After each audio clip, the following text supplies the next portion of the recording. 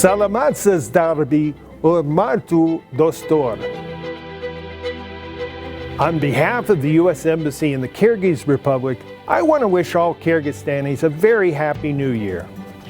Across America, families are preparing for celebrations to welcome the New Year, just as I have seen here in the Kyrgyz Republic.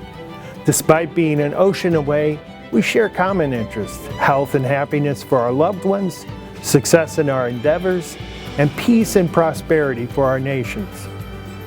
In the coming year, I look forward to strengthening the relationship between the United States and the Kyrgyz Republic to jointly address the challenges and build on the opportunities of our shared future. May the partnership between our two countries continue to strengthen. May the friendship between the American and Kyrgyz people continue to flourish. And may the peace and prosperity of the Kyrgyz Republic continue to grow.